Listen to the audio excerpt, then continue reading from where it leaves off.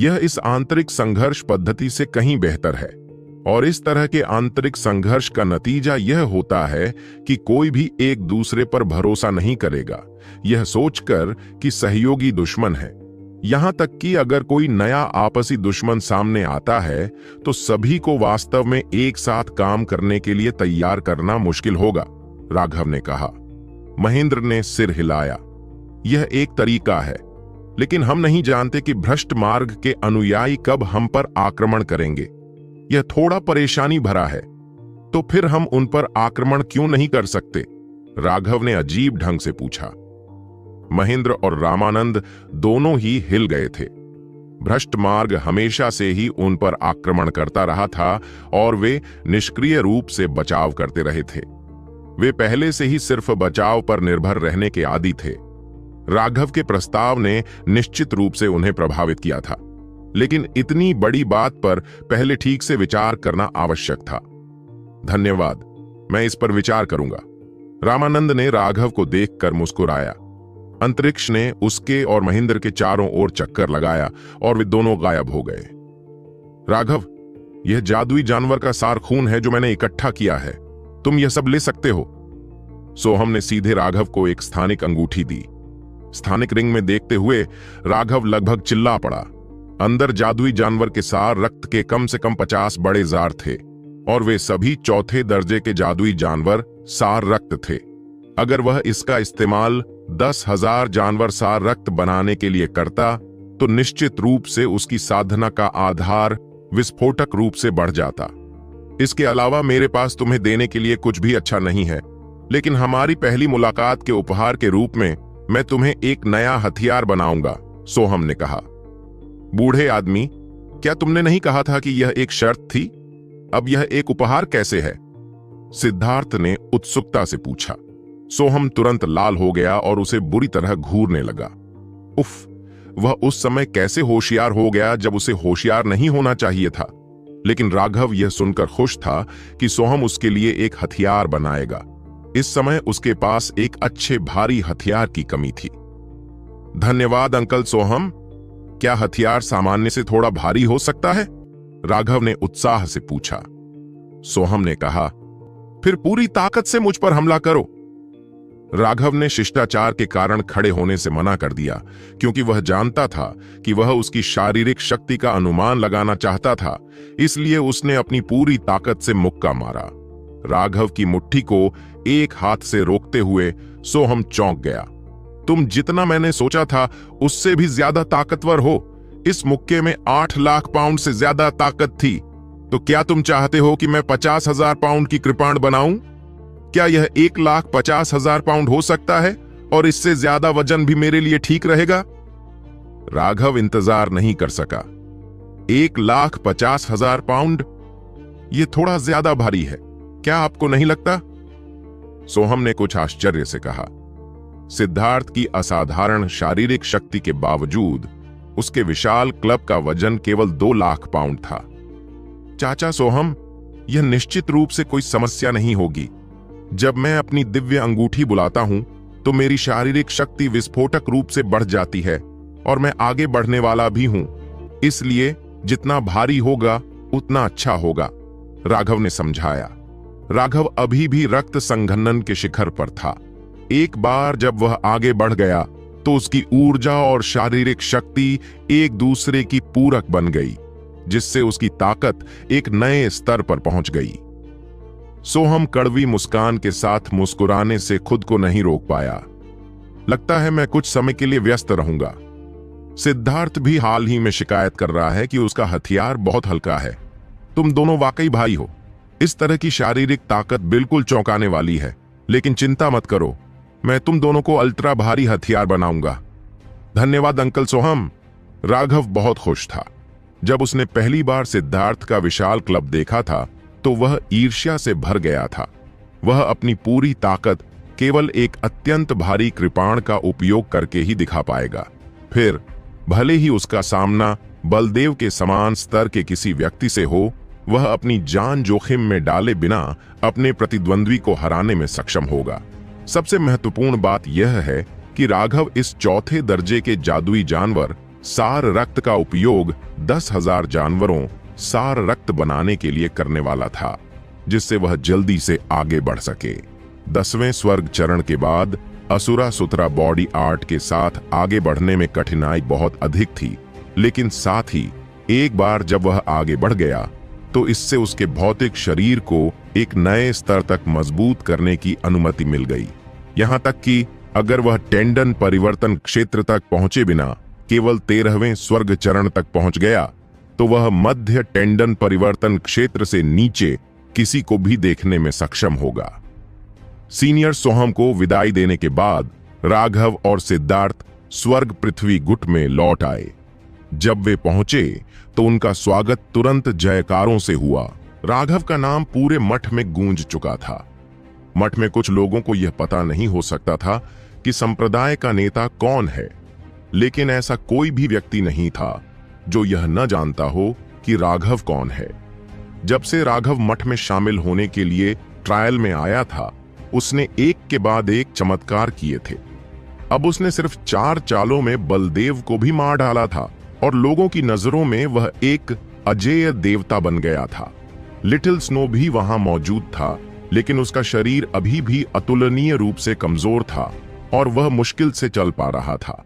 दिव्य जीवन सार की उस बूंद का सबसे बड़ा उपयोग चोटों को ठीक करने के लिए था। लिटिल स्नो के बाहरी घाव अब तक पूरी तरह से ठीक हो चुके थे। उसका शरीर पपड़ी से ढका हुआ था और एक बार जब वे गिर जाते तो नया फर उग आता। राघव को आते देख लिटिल स्नो उत्साह से उठ खड़ी हुई और धीरे धीरे उसके पास आई। राघव तुरंत उसके पास गई और उसके विशाल सिर को गले लगाया। उसके माथे पर 2 चुंबन दिए। मैंने उस आदमी से छुटकारा पा लिया जिसने तुम्हें परेशान किया था। वो लिटिल स्नो ने वास्तव में कहा कि वह चाहता था कि वह व्यक्तिगत रूप से जाकर अपना बदला ले सके।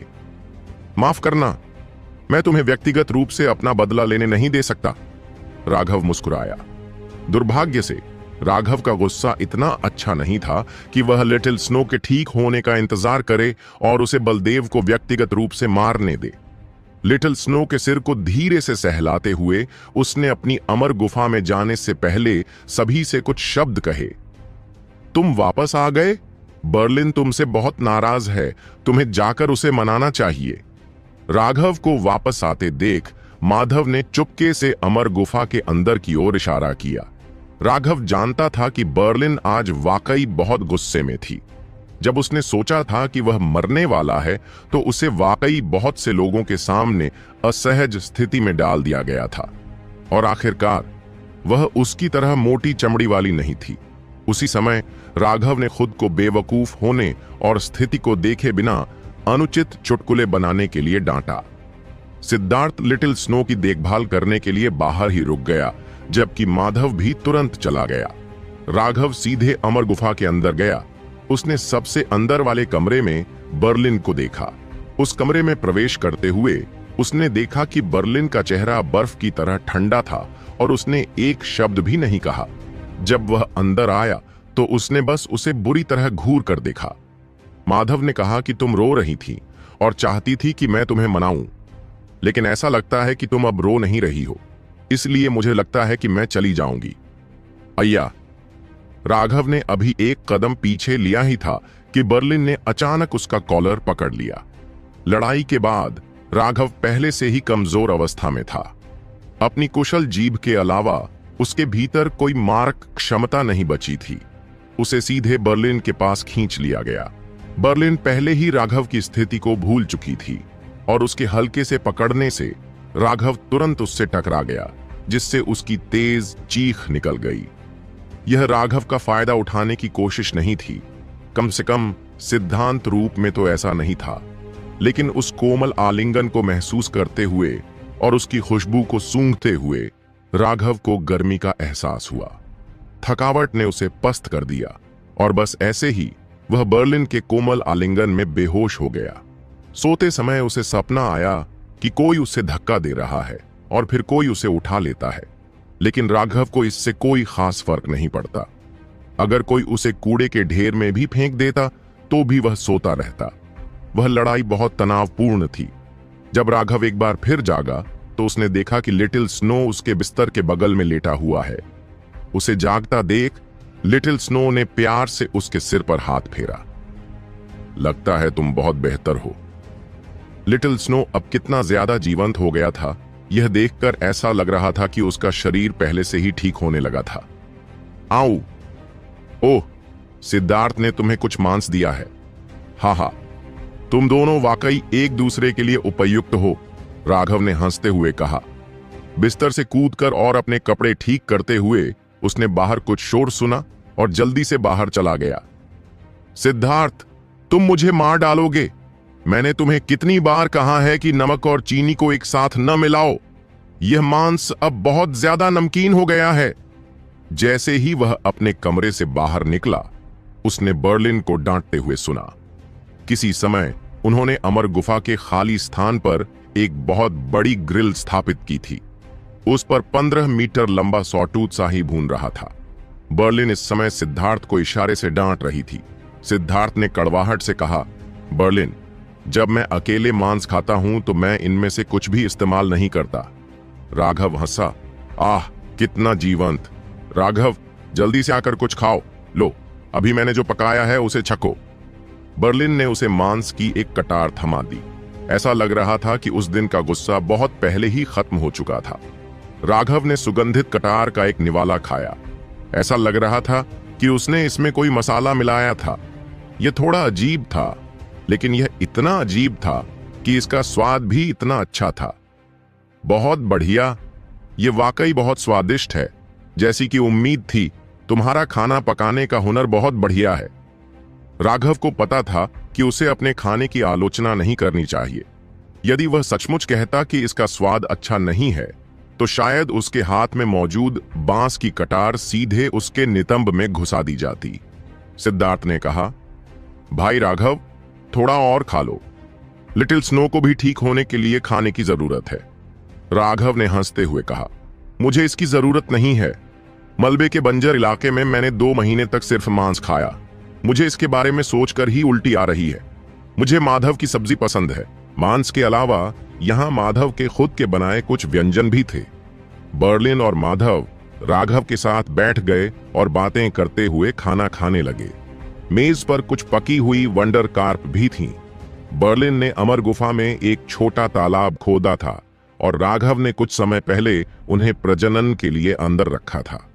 जब उसके पास करने के लिए कुछ नहीं होता, तो बर्लिन कभी कभी 1-2 मछलियां पकड़कर अच्छा खाना खा लेती थी। अब तक उनमें से 100 से भी कम बची थीं।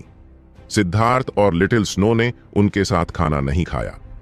यह देखकर कि राघव के पास यहां अपने लिए पर्याप्त मांस है, सिद्धार्थ ने उस विशाल सॉटूथ शाही को एक तरफ ले जाकर लिटिल स्नो के साथ खाया। ऐसा इसलिए था क्योंकि बर्लिन के पास उसके साथ खाने के लिए बहुत सारे नियम थे और वह खुद को स्वतंत्र रूप से खाने देना पसंद करता था। किसी भी मामले में जब तक उसके पास पर्याप्त मांस था, तब तक वह ठीक था। उसने कभी भी स्वाद की परवाह नहीं की। वास्तव में यह पहले से ही कहा जा सकता है कि सिद्धार्थ ने शिष्टाचार के मामले में बहुत प्रगति की थी। फीनिक्स क्राई में वह अपना सारा मांस कच्चा ही खा जाता था। ठीक है, गोपाल को क्या हुआ? राघव को अचानक उस दिन की याद आ गई। उसे याद आया कि उसने उस आदमी को जमीन पर फेंक दिया था और उसके बारे में भूल गया था। सच तो यह है कि यह सब उस कमीने गोपाल की वजह से हुआ था। राघव ने उसे सिर्फ इसलिए नहीं मारा क्योंकि वह उसे इतनी जल्दी मौत नहीं देना चाहता था। वह मर गया, बर्लिन ने अजीब भाव से उत्तर दिया। वह कैसे मरा?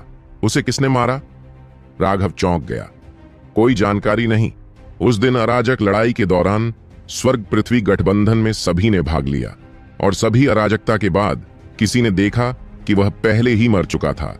पर्यवेक्षकों के अनुसार अराजकता के दौरान उसे कुचलकर मार दिया गया था, बर्लिन ने समझाया। राघव हैरान था। यह बहुत बुरा था कि गोपाल की किस्मत इतनी अच्छी थी।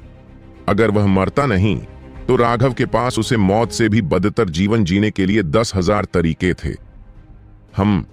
अगर मेरे पास मृतकों को जीवित करने की क्षमता होती तो मैं निश्चित रूप से उसे 1-2 बार और मरने देता, राघव ने कहा। बस जाने दो। वह पहले ही मर चुका है, इसलिए सब कुछ खत्म हो गया है। इसके अलावा मठ ने गोपाल की मौत की बिल्कुल भी जांच नहीं की, इसलिए हम भी बहुत भाग्यशाली हैं। बर्लिन ने सांत्वना दी। एक मुख्य शिष्य की मृत्यु एक बड़ी घटना थी। यह निश्चित रूप से उनके लिए सौभाग्य की बात थी कि मठ ने इसकी जांच नहीं की थी। मठ के नियमों के अनुसार चाहे उनकी जांच का नतीजा कुछ भी हो, कम से कम एक सार्वजनिक घोषणा तो होनी ही चाहिए थी। लेकिन उन्होंने इस मामले को ऐसे ही जाने दिया। क्या इसकी वजह यह थी कि रामानंद व्यस्त थे? अचानक राघव को याद आया कि उसने रामानंद से क्या कहा था।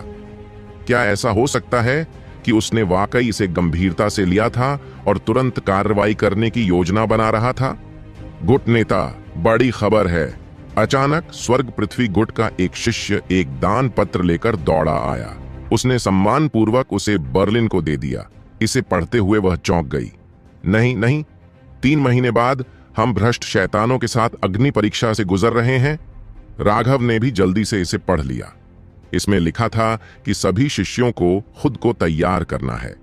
3 महीने बाद सभी शिष्यों को भ्रष्ट मार्ग द्वारा नियंत्रित क्षेत्र में भेज दिया जाएगा। वहां पर अनगिनत भ्रष्ट मार्ग के अनुयायी थे। मठ के शिष्यों को उनमें से अधिक लोगों का वध करने की पूरी कोशिश करनी थी। एक बार जब वे अपना मिशन पूरा कर लेते तो उन्हें बहुत सारे पुरस्कार और अंक मिलते।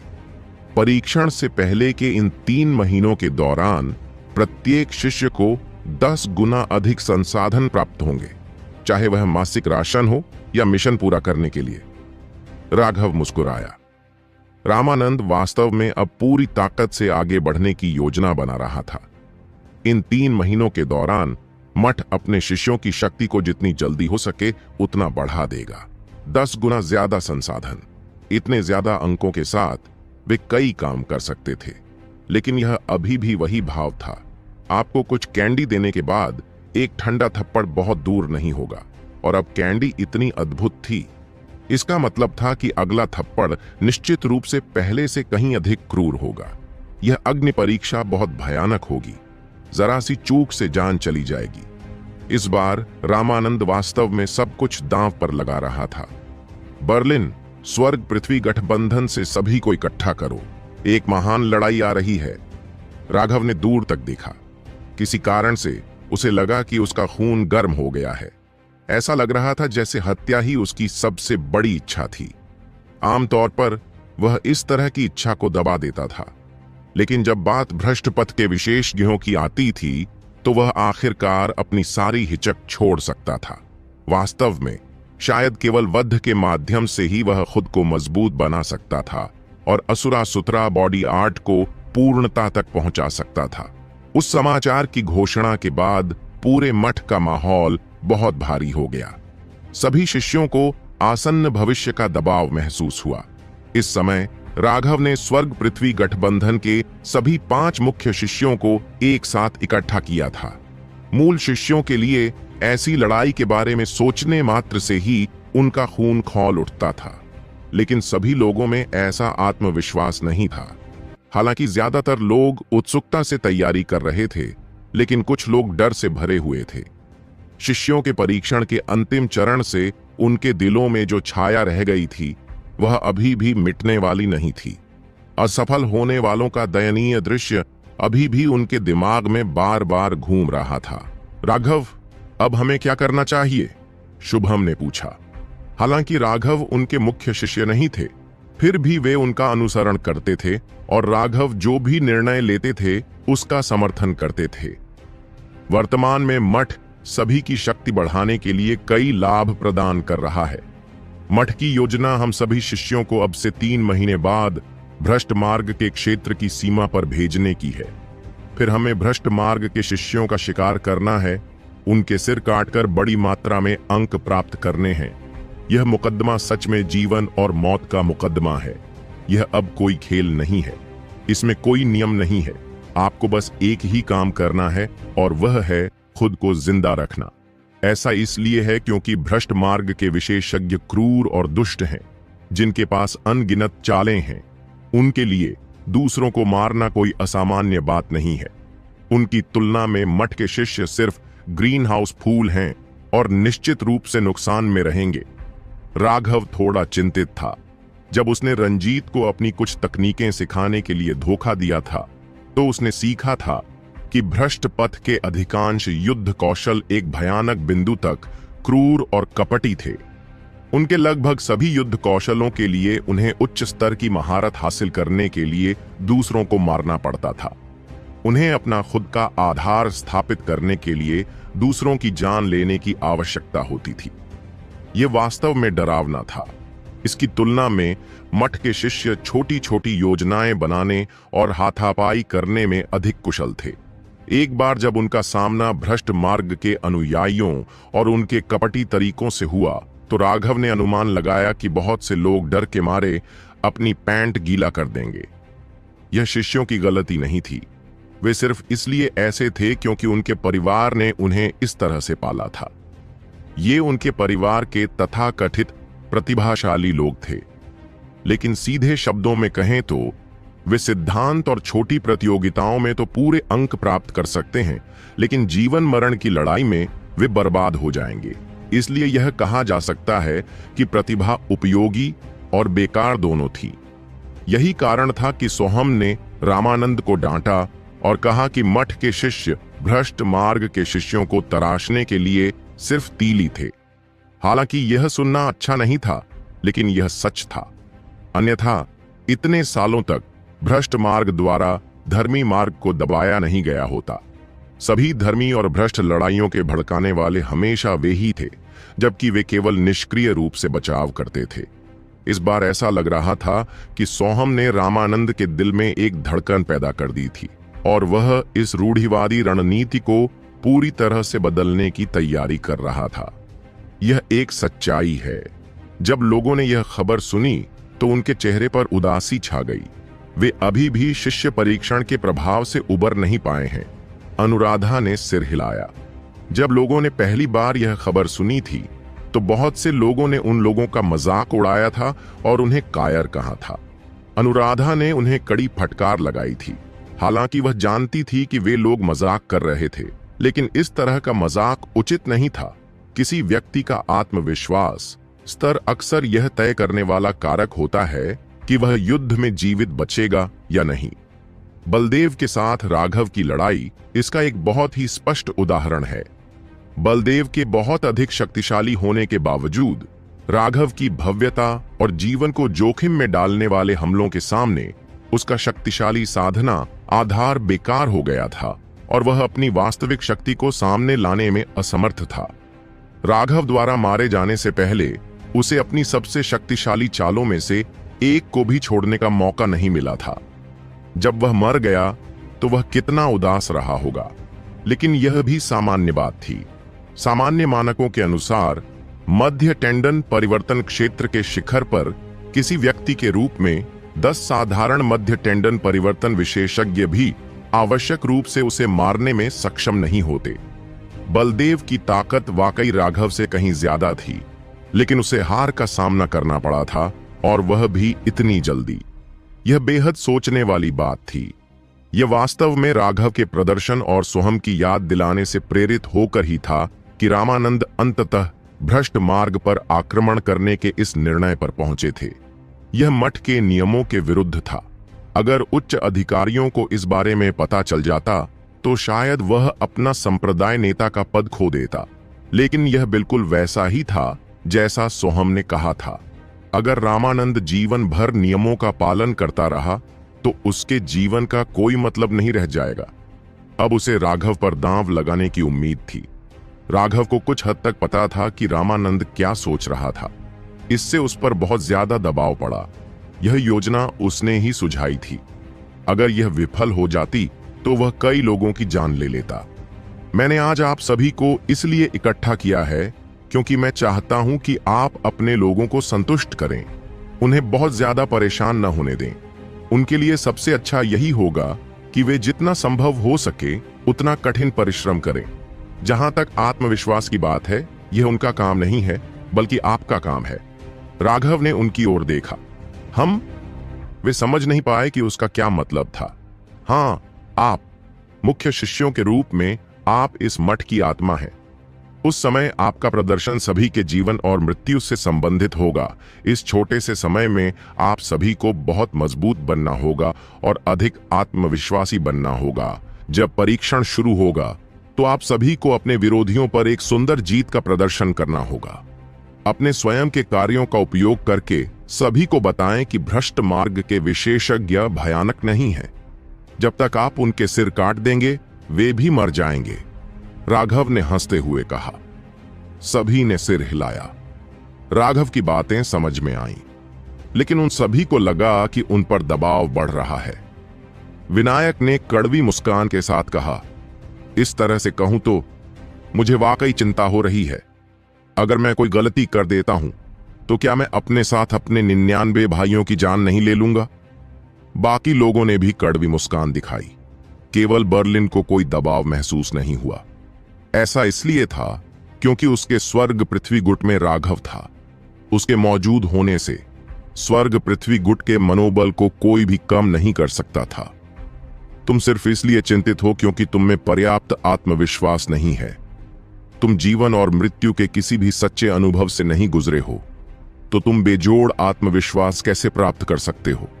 इसीलिए अभी मैं तुम्हें जीवन और मृत्यु का कुछ तड़का लगाऊंगा। राघव ने गंभीरता से कहा, जीवन और मृत्यु का खेल? तुम मजाक कर रहे हो। हर कोई हैरान था। लगता है कि तुम लोग अभी भी मुझे नहीं समझ पाए हो। जब तुम सोचते हो कि मैं गंभीर हूं तो मैं वास्तव में मजाक कर रहा होता हूं, लेकिन जब मैं गंभीर होता हूं तो तुम सोचते हो कि मैं मजाक कर रहा हूं। अभी मैं पूरी तरह से गंभीर हूं। थोड़ी देर में शुभम, विनायक और शिवांश, तुम तीनों एक साथ मुझ पर हमला करोगे। याद रखना कि यह कोई मार्शल प्रतियोगिता नहीं होगी, बल्कि एक नरसंहार होगा। मैं तुम्हारे पूर्वजों के निशानों को जगाने के लिए तुम्हें मौत के मुहाने पर धकेल दूंगा। राघव ने कहा, क्या इससे कोई फायदा होगा? ऐसा नहीं है कि तुम सचमुच हमें मार डालोगे। शिवांश ने कुछ उलझन के साथ कहा। उसके परिवार ने बहुत पहले ही उस पर अनगिनत बार यह कोशिश की थी ताकि वह मृत्यु के कगार से अपने पैतृक चिन्ह को सक्रिय कर सके, लेकिन वे बार बार असफल रहे। इसके अलावा उन्हें तब तक यह भी नहीं पता था कि यह सब नकली था। उन्हें लगा था कि उनके परिवार ने जो हत्यारे बनाए हैं वे सभी असली हैं, लेकिन अब राघव ने उन्हें सीधे तौर पर यह बता दिया है, इसका कोई मतलब नहीं होगा। बिना डर के वे अपने पैतृक चिन्हों को कैसे सक्रिय कर सकते हैं? तुम गलत हो। अगर तुम मेरे हमलों को रोक नहीं पाए तो मैं तुम्हें मार डालूंगा। राघव ने उन तीनों को ठंडे दिमाग से देखा। मैं चाहता हूं कि तुम मेरे हाथों मरो बजाय उन भ्रष्ट मार्ग के अनुयायियों के हाथों। कम से कम अगर तुम मेरे हाथों मरते हो तो तुम अपनी लाशों को सुरक्षित रख पाओगे। तीनों के दिल उछल पड़े। राघव गंभीर था। उसकी आंखों को देखकर ऐसा लग रहा था कि उनमें जरा सी भी भावना नहीं थी।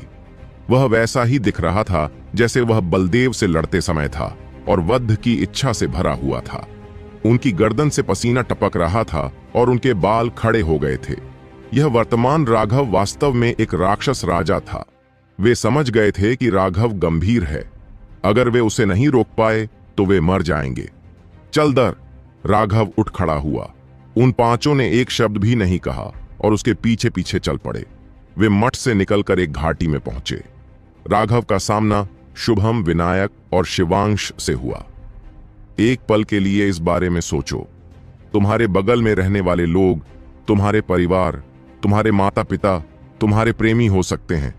वे तुम्हारे लिए सबसे कीमती अस्तित्व हो सकते हैं, लेकिन मुझे भ्रष्ट मार्ग का क्रूर हत्यारा समझो। अगर कोई तुम्हारे सबसे करीबी लोगों को बेरहमी से मार डाले तो तुम्हें कैसा लगेगा? ठीक है, चलो शुरू करते हैं। राघव ने सीधे अपने हड्डी के ब्लेड को अभी भी स्तब्ध शुभम की ओर भेजा। वह बिजली के बोल्ट की तरह था, सीधे शुभम के गले पर जा रहा था। शुरू में ही उसने पहले से ही महत्वपूर्ण अंगों पर निशाना साधा था। शुभम भयभीत हो गया। जब तक उसे एहसास हुआ कि क्या हो रहा है, तब तक राघव की हड्डी का ब्लेड उसके गले तक पहुंच चुका था और बचने के लिए बहुत देर हो चुकी थी। राघव की हड्डी की धार में पहाड़ को चीर देने वाली, समुद्र को पलट देने वाली ताकत थी। शुभम को पहले से ही अपने गले को छेदे जाने का दृश्य दिखाई दे रहा था। धमाका। जिस क्षण हड्डी का ब्लेड शुभम के गले में घुसने वाला था, शिवांश के डंडे ने हमला किया और राघव के हड्डी के ब्लेड को तोड़ दिया। यद्यपि हड्डी का ब्लेड चूक गया था, फिर भी वह धरती को हिला देने वाली शक्ति बाहर निकल गई, जिससे वे दोनों उड़ गए। बर्लिन और अनुराधा दोनों लगभग चिल्ला उठे। राघव को कोई संदेह नहीं था, अगर शिवांश न होता तो शुभम पहले ही मर चुका होता। राघव सचमुच उन्हें मारने की योजना बना रहा है। पहले हमले के लिए मैंने जानबूझकर इसे थोड़ा धीमा रखा। अगली बार मैं ऐसा नहीं करूंगा। शायद अगर मैं चेहरे बदल दूं तो आपको एहसास हो जाएगा कि यह कोई खेल नहीं है। राघव ने एक भयावह मुखौटा पहना। वह एक दुष्ट शैतान की तरह दिख रहा था और अपने चेहरे पर यह मुखौटा लगाए हुए वह एक बार फिर अपनी हड्डी के ब्लेड के साथ आगे बढ़ा, इस बार विनायक पर। विनायक ने दहाड़ते हुए अपनी तलवार राघव की हड्डी पर मारी, लेकिन राघव की ताकत बहुत भयानक थी और उसने सीधे खून की उल्टी की और उड़ गया। लेकिन जैसे ही उसने हवा में गोली चलाई, राघव ने उसका पीछा किया। उसकी हड्डी की धार उसके गले पर जा गिरी। विनायक! शिवांश और शुभम दहाड़ उठे। विनायक इस अगले हमले का विरोध करने में असमर्थ था। अगर वह हड्डी का ब्लेड उस तक पहुंच जाता तो वह निश्चित रूप से मर जाता। उन दोनों ने अपनी चोटों को अनदेखा कर दिया। उस समय विनायक तक पहुंचने के लिए उनके लिए बहुत देर हो चुकी थी। उन दोनों ने अपने हथियार सीधे राघव की ओर तान दिए। राघव ने ठंडी सांस ली और अपनी हड्डी की तलवार लहराई, जिससे उनके दोनों हथियार गिर गए। उन दोनों को जोरदार झटका लगा और एक बार फिर खून की उल्टी हुई। राघव की हड्डी का ब्लेड ग्रिम रीपर की दरांती की तरह था, जो उन दोनों की गर्दन पर वार कर रहा था। उसकी गति इतनी तेज थी कि उनमें से कोई भी बच नहीं सका। भाड़ में जाओ! विनायक ने दहाड़ते हुए राघव पर हमला किया। वह वास्तव में अभी भी हथियारहीन था और उसने राघव की बांह को पकड़कर जोर से काट लिया। राघव ने हमला जारी नहीं रखा। अपना मुखौटा उतारते हुए उसने पागल विनायक को देखा, जो अभी भी उसकी बांह पर काट रहा था, और मुस्कुराया। अपने पूर्वजों के निशानों को जागृत करने पर बधाई। अपने पूर्वजों के निशानों को जागृत करने पर बधाई। राघव के शब्द बहुत हल्के थे, लेकिन सभी ने उन्हें सुना। बर्लिन और अनुराधा पूरी तरह अविश्वास में उन्हें देख रहे थे। जागृत पुश्तैनी निशान! उन्हें अपनी आंखों पर यकीन नहीं हुआ। किसी समय शुभम, विनायक और शिवांश के माथे पर एक धुंधली सी लकीर उभर आई थी। यद्यपि वे कुछ अस्पष्ट थे, लेकिन उनसे आने वाला हल्का दबाव यह सिद्ध कर रहा था कि वे निश्चित रूप से पैतृक निशान थे। तभी शुभम और शिवांश ने प्रतिक्रिया दी। एक दूसरे की ओर देखते हुए उन्होंने दूसरे व्यक्ति के पैतृक चिन्ह को देखा और खुशी से पागल हो गए। अरे विनायक, तुम मेरा हाथ काटना कब बंद करोगी? क्या तुम्हें इसकी लत लग गई है? विनायक ने राघव की बातें भी नहीं सुनी। राघव की बांह पकड़े हुए उसकी आंखें पूरी तरह से लाल थीं और वह पहले से ही पागल हो चुका था। पागलों की तरह दांतों से काट रहा था। छी! राघव ने अपना हाथ घुमाया और विनायक को उड़ा दिया। लेकिन जब वह उछलकर दूर जा रहा था, तब भी विनायक ने दांत से काटकर राघव की आस्तीन फाड़ दी। सभी लोग हैरान थे और उन्हें यह बात मजेदार लगी। विनायक अभी भी पागल था। तुरंत वापस हमला किया। उसकी आंखें पूरी तरह से लाल हो गईं, दहाड़ते हुए, तुम मेरे भाइयों को मारना चाहते हो? मैं तुम्हें काटकर मार डालूंगा। शुभम और शिवांश तुरंत उसके पास गए और उसे पकड़ लिया और चिल्लाए, अरे अरे जागो, यह पहले ही खत्म हो चुका है। उन दोनों द्वारा कसकर पकड़े जाने के कारण विनायक धीरे धीरे जाग गई और उन्हें असमंजस में देखते हुए बोली, तुम लोग मुझे क्यों रोक रहे हो? हम दोनों एक ही पक्ष में हैं। राघव ने अपने कंधे उचका दिए। उसके नंगे हाथ पर कुछ चोट के निशान थे जो विनायक ने लगाए थे। मुझे नहीं लगा था कि तुम अभी भी इतना अनोखा हुनर छिपा रहे हो। बुरा नहीं है। राघव के हाथ के चोटिल हिस्से को देखकर वे अपनी हंसी रोक नहीं पाए। वे एक दूसरे के कामों से भी भावुक हो गए, क्योंकि मौत के सामने भी वे सभी एक दूसरे के साथ खड़े थे। राघव, क्या हमने सचमुच अपने पूर्वजों के निशान जगा दिए हैं? वे अब अपने खून में एक नई तरह की ऊर्जा का प्रवाह महसूस कर सकते थे। यह उनके पूर्वजों के निशान की वजह से था, लेकिन वे इस पर यकीन नहीं कर पा रहे थे। उनके परिवारों ने बहुत मेहनत की थी, लेकिन वे ऐसा नहीं कर पाए और पहले ही हार मान चुके थे। लेकिन अब पलक झपकते ही उन्होंने अपने पूर्वजों के निशानों को जगा दिया था। राघव ने उन तीनों के अविश्वास भरे भावों को देखा और अपना सिर हिलाया। मुझे भी यकीन नहीं है, क्या आप इसे और परखना चाहते हैं? राघव ने अपनी हड्डी का ब्लेड उठाया, जिससे तीनों तुरंत डर गए और बड़बड़ाने लगे, नहीं नहीं रुको, हम बस इस पर विश्वास करेंगे। वे फिर से राघव का सामना करने के बजाय उन पागल भ्रष्ट पथ विशेषज्ञों का सामना करना पसंद करेंगे। उन्हें लगा कि राघव उनसे भी ज्यादा पागल है। सबसे अधिक भयावह बात यह थी कि पागलपन से भरे उसके व्यवहार के बावजूद उसके हाव भाव में कोई परिवर्तन नहीं आया। तीनों को भयभीत देखकर बर्लिन हंस पड़ी। हमेशा भाव शून्य रहने वाला अनुराधा भी मुस्कुराने से खुद को नहीं रोक सका। यह वास्तव में आश्चर्यजनक था कि राघव एक निर्दयी हत्यारे से तुरंत एक मजाकिया बदमाश में बदल गया। हाँ, हम तीन भाइयों ने भी अपने पुश्तैनी निशानों को पुनर्जीवित किया है। हे, अगर मेरे पिताजी को पता चले तो वे निश्चित रूप से खुश होंगे। तीनों ने दिल खोलकर हंसते हुए आखिरकार इस बात को स्वीकार कर लिया। यह खुशी बहुत अचानक आई थी। वे तीनों भी शांत नहीं रह पाए। कौन जानता था कि उनके परिवार में कितनी ही प्रतिभाशाली पीढ़ियों के लोगों ने अभी तक अपने पूर्वजों के निशान को पुनर्जीवित नहीं किया होगा। राघव, तुम अपने पैतृक निशान को कब पुनर्जीवित कर सकते हो? यदि आप अपने पूर्वजों के चिन्ह को जागृत कर लें तो आप कितने शक्तिशाली बन जाएंगे। वे तीनों उत्साह से राघव की ओर मुड़े। राघव की साधना का आधार अभी भी रक्त संघनन के शिखर पर था। अगर उसने अपने पैतृक चिन्ह को जगाया तो क्या वह भविष्य में बेजोड़ नहीं होगा? राघव ने हल्के से मुस्कुराया, लेकिन उसकी मुस्कान में कुछ पीड़ा थी। उसका आत्मा रक्त चुरा लिया गया था, इसलिए उसके भीतर पैतृक रक्त की एक बूंद भी नहीं थी। वह अपने पैतृक निशान को कैसे जगा सकता था? उसका आत्मा रक्त, आत्मा जड़ और आत्मा हड्डी सब ले लिया गया था। वह यह भी नहीं जानता था कि उसके अपने पिता और माता कौन थे। वह यह भी नहीं जानता था कि वे जीवित हैं या नहीं। एकमात्र सुराग जेड पेंडेंट था, लेकिन राघव जानता था कि वह अपनी खुद की पृष्ठभूमि जानने के लिए पर्याप्त मजबूत नहीं था। उसे ताकत जमा करते रहना था। सभी ने राघव के चेहरे पर आए बदलाव को देखा और तुरंत अपना मुंह बंद कर लिया, लेकिन राघव तुरंत हंस पड़ा। मेरे पुश्तैनी निशान तुम्हारे जैसे नहीं हैं, यह संयोग पर निर्भर करेगा। राघव उस विषय पर बात करना जारी नहीं रखना चाहता था। राघव, क्या तुम बहुत पहले से जानते थे कि किसी व्यक्ति के पैतृक चिन्ह को कैसे जगाया जाता है? शुभम थोड़ा उत्सुक था। राघव ने शुरू में कहा था कि वह उन सभी को अपने पूर्वजों के निशान जगाने देगा, और उसकी आवाज पूरी तरह से शांत, आत्मविश्वास से भरी हुई थी। राघव ने अपना सिर हिलाया।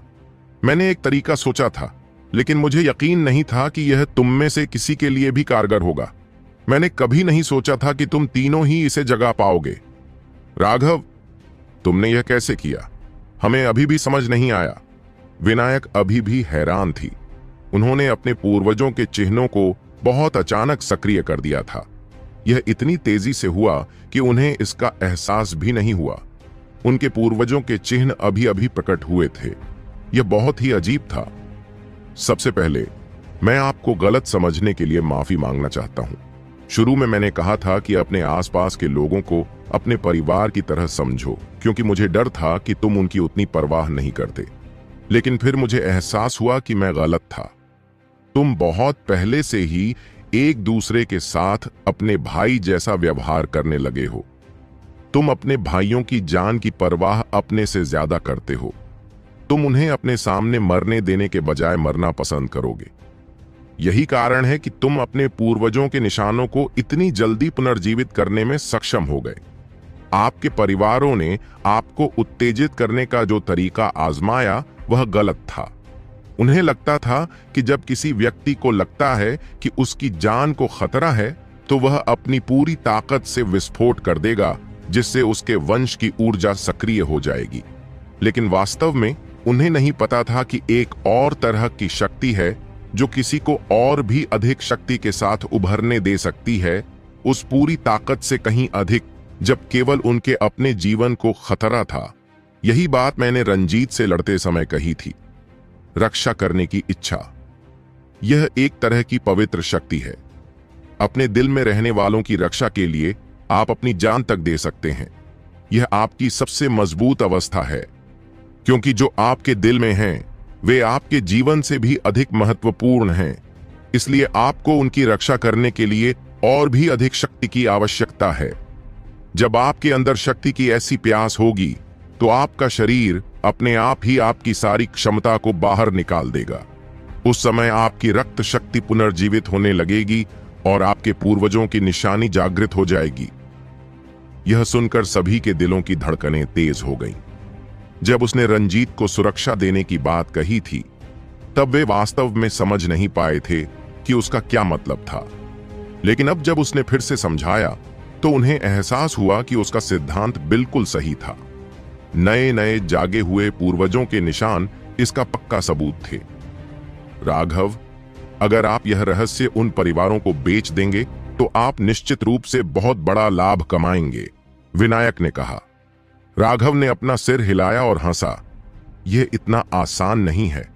क्या तुमने सोचा था कि सिर्फ इस तकनीक को सीखकर तुम किसी व्यक्ति के पैतृक चिन्ह को आसानी से जगा सकते हो? क्या? क्यों नहीं? सभी लोग स्वार्थी हैं, खासकर वे लाड प्यार से पाले गए शिष्य। उन्हें जन्म लेते ही मौत के घाट उतार दिया जाता है। अधिकांश लोग खुद से सबसे ज्यादा प्यार करते हैं। वे किसी और के लिए अपनी जान कैसे दे सकते हैं? अगर कोई व्यक्ति अपने करीबी लोगों की वास्तव में परवाह नहीं करता है, तो आप अधिक ताकत के लिए उसकी प्यास को कैसे जगा सकते हैं? इसलिए हालांकि सिद्धांत सरल है, लेकिन इसे अमल में लाना बेहद मुश्किल है, और इसलिए हम सभी भाई अब से सच्चे भाई बन जाएंगे। राघव ने अपना हाथ आगे बढ़ाया। शुभम, विनायक और शिवांश ने भी हाथ आगे बढ़ाया और एक दूसरे के ऊपर खड़े हो गए। भाई लोग एक साथ मिलकर अपराजेय हैं, चारों एक साथ चिल्लाए। फिर उन्होंने एक दूसरे को देखा। उनकी आंखों से गहरा स्नेह झलक रहा था। उफ, क्या तुम चार बूढ़े लोग इतना घिनौना व्यवहार करना बंद कर सकते हो? फिर कभी इस तरह का भाव मत दिखाना, बर्लिन ने एक तरफ से कहा। चारों तुरंत हंस पड़े। उनमें से तीन ने आज अपने पूर्वजों के निशानों को पुनर्जीवित कर दिया था। यह एक अविश्वसनीय रूप से खुशी का अवसर था और वे सभी जश्न मनाने के लिए मठ में लौट आए। जब यह खबर फैली कि उन तीनों ने अपने पूर्वजों के चिन्हों को पुनर्जीवित कर दिया है, तो पूरा मठ हिल गया। यहां तक कि महेंद्र भी व्यक्तिगत रूप से देखने आया था। राघव ने कुछ भी नहीं छिपाया, उसे पूरी कहानी बता दी। राघव को देखते हुए महेंद्र को समझ में ही नहीं आया कि क्या कहे। फिर शुभम और उन दोनों को देखते हुए वह प्रशंसा से भर गया। अपने साथियों के लिए खुद को बलिदान करने के लिए तैयार रहना सिर्फ बहादुरी से ज्यादा की बात थी। यहां तक कि महेंद्र भी उनके बीच के सौहार्द से बहुत प्रभावित हुआ। लेकिन वह यह भी जानता था कि अगर लोगों को यह तरीका पता भी हो, तो भी यह उतना उपयोगी नहीं होगा। हर व्यक्ति इतना बड़ा दिल वाला और बहादुर नहीं होता।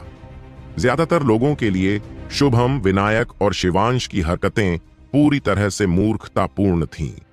यह ठीक वैसा ही था जैसे उन्होंने राघव के निर्वासित होने के बावजूद स्वर्ग पृथ्वी गुट के साथ गठबंधन करने का फैसला किया था।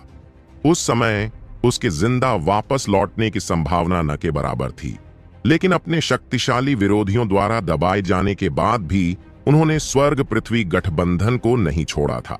इस तरह के मूर्ख वाकई बहुत कम और दूर दूर तक फैले हुए थे, लेकिन राघव का तरीका सिर्फ ऐसे मूर्खों के लिए ही काम करेगा। वे स्मार्ट लोग कभी भी इस तरीके का इस्तेमाल नहीं कर पाएंगे। एक बार जब उन तीनों ने अपने पैतृक चिन्हों को जगा लिया, तो वे स्वर्ग पृथ्वी गुट के साथ रहने लगे। इस तरह वे बर्लिन और अनुराधा के साथ रह सकते थे और उनकी सहायता लेकर जल्दी से सीख सकते थे कि अपने पैतृक चिन्हों की शक्ति को कैसे ठीक से नियंत्रित किया जाए। जहां तक राघव का सवाल है, उसने शिष्टाचार का पालन नहीं किया और 5 गुटों के अंक लेकर ज्वांटियन मंडप में जाकर भारी मात्रा में औषधीय सामग्री खरीद ली। अगले कुछ समय तक राघव ने अपनी भट्टी से कभी अलग नहीं हुआ। हर दिन वह लगातार औषधीय गोलियां परिष्कृत करता रहता। वह अपनी अमर गुफा से आधे महीने बाद ही बाहर निकलता था। उसने 500 से ज्यादा युआन स्पिरिट गोलियां परिष्कृत की थीं। वे तीसरी श्रेणी की औषधीय गोलियां थीं, लेकिन वे तीसरी श्रेणी की औषधीय गोलियों में भी सबसे बेहतरीन थीं और बेहद कीमती थीं। वे टेंडन ट्रांसफॉर्मेशन विशेषज्ञों को किसी भी परिणाम या नतीजों के बारे में चिंता किए बिना एक पूरे हेवन स्टेज को आगे बढ़ाने की अनुमति दे सकते थे। यह उन लोगों के लिए विशेष रूप से उपयोगी था जिन्होंने अभी अभी अपने दायरे को मजबूत किया था। यह उन्हें सीधे पहले हेवन स्टेज में कदम रखने की अनुमति देगा। इसके अलावा राघव की सभी गोलियां उच्च श्रेणी की थीं। स्पिरिट स्टोन निर्माण की सहायता से औषधीय प्रभाव पूरी तरह से पूरक होगा। सिर्फ एक हेवन स्टेज को आगे बढ़ाना कोई समस्या नहीं होगी। और जहां तक यह सवाल है कि क्या यह आपको और भी आगे बढ़ने की अनुमति दे सकता है, यह प्रत्येक व्यक्ति की प्रतिभा पर निर्भर करेगा। जब शुभम और उनके साथियों ने उसे युआन स्पिरिट पिल के प्रभाव के बारे में बताते हुए सुना तो उनकी आंखें लगभग बाहर निकल आईं। यह वास्तव में धोखा था। मठ में युआन स्पिरिट गोलियां भी थीं, लेकिन वे सभी निम्न श्रेणी की थीं। वे भी बहुत महंगी थीं। उनमें से सिर्फ एक की कीमत 5000 से ज्यादा थी। संसाधनों में वृद्धि के बावजूद वे इसे खरीदने में असमर्थ थे। इसके अलावा आपको एक स्वर्ग चरण को आगे बढ़ाने के लिए 3 निम्न श्रेणी युआन स्पिरिट गोलियों का सेवन करना होगा। एक साधारण औषधीय गोली पहली बार सेवन करने पर पूरी तरह से अवशोषित हो सकती है। दूसरी बार सेवन करने पर इसका प्रभाव आधा रह जाएगा और तीसरी बार सेवन करने पर यह फिर से आधा रह जाएगा। चौथी बार सेवन करने पर आपके शरीर में इसके औषधीय गुण के प्रति प्रतिरोध विकसित हो जाएगा और यह अनिवार्य रूप से बेकार हो जाएगा।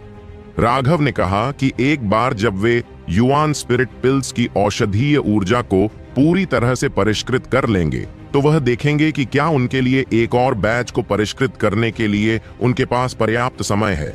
इससे सभी लोग खुशी से पागल हो गए और एकांत में चले गए। फिर राघव ने औषधीय पाउडर को परिष्कृत करने में 3 दिन और बिताए। 3 दिन बाद राघव ने 10,000 जानवरों के सार रक्त की एक बड़ी मात्रा के साथ मठ छोड़ दिया। अब जबकि बाकी सभी के मामले सुलझ चुके थे तो उसके लिए जल्दी से अपना साधना आधार बढ़ाने का समय आ गया था।